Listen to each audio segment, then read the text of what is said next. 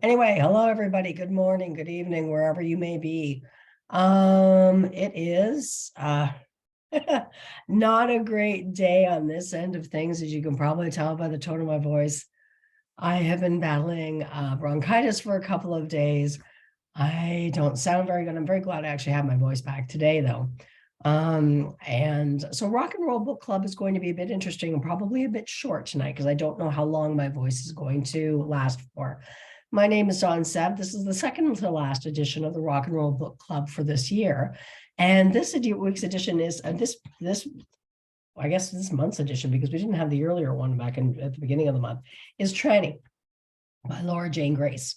Now, as many of you know, I wasn't here during the, this is recording. Yes, it is recording. Okay, good. I wasn't here during the whole emo thing. I left Canada in 1999 and didn't effectively come back until 2012.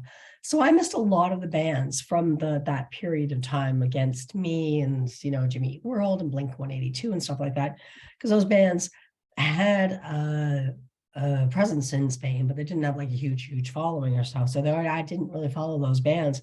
So I knew I'm sorry, I'm going to mess this up so badly because of the school. Laura Jane Grace's story.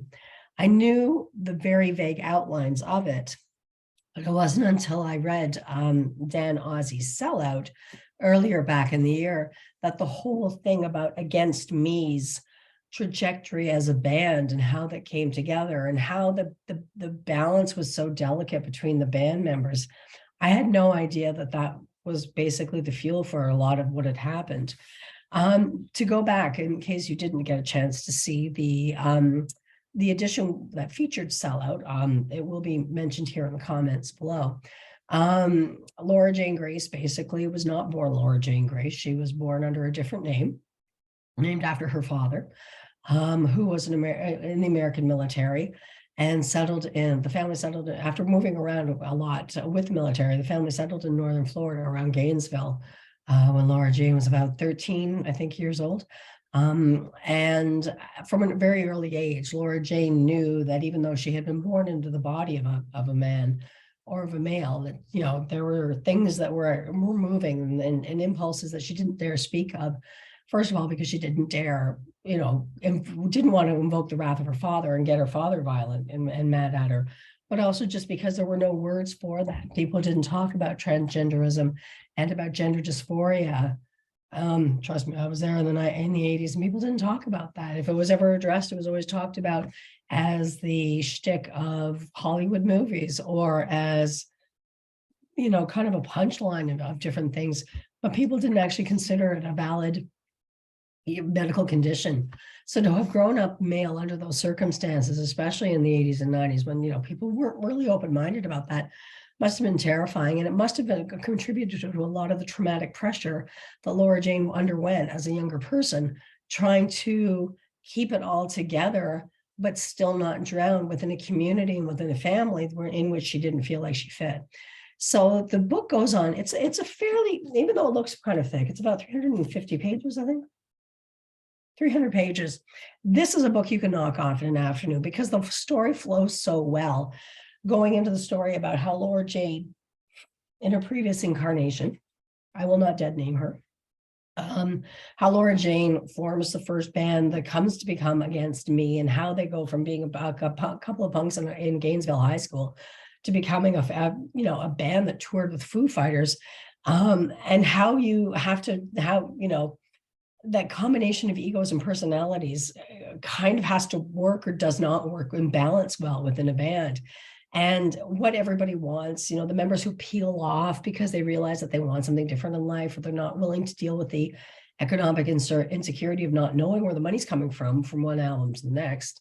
And then all the way through this, Laura Jane is trying to battle alcohol addiction, and then gender dysphoria, and the balance of the songwriting, the balance of the work of the management of the team, with it, whatever the management doesn't handle, and having to handle the record companies who look at that movement of music and who, sorry, I think the voice is starting to go now, and who they smell the music, they smell the money, they smell the opportunity, but they don't necessarily want to make the long-term investment in the bands.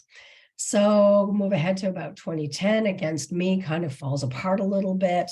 Laura Jane in her previous incarnation goes out and tours as a solo artist. And around that time decides this is it. This is the moment where I have to come clean about who I am.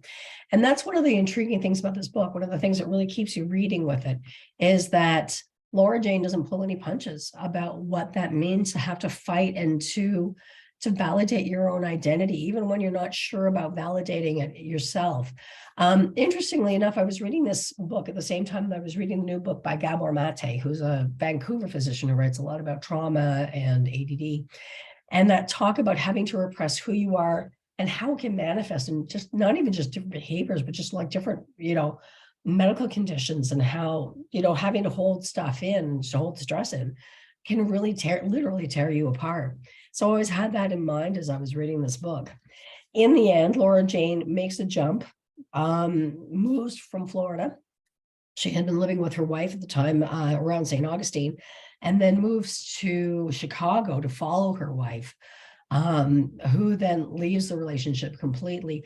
But Laura Jane's able to get better medical care, more acute medical care, better psychological help, and is able to complete the process and become who she really wants to be. So even though the musical aspect of it may not be the first thing you find out about Laura Jane Grace, it's still very much there, and you can't separate the two.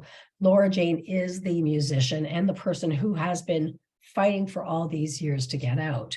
So again, that's TRANNY by Laura Jane Grace, also, co-written with Dan Ozzie, who wrote Sellout.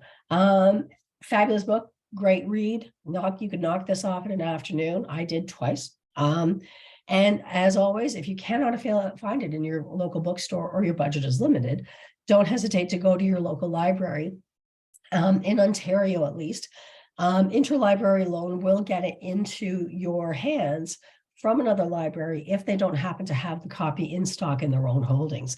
So Laura Jane Grace, TRANNY, published by Hachette Books.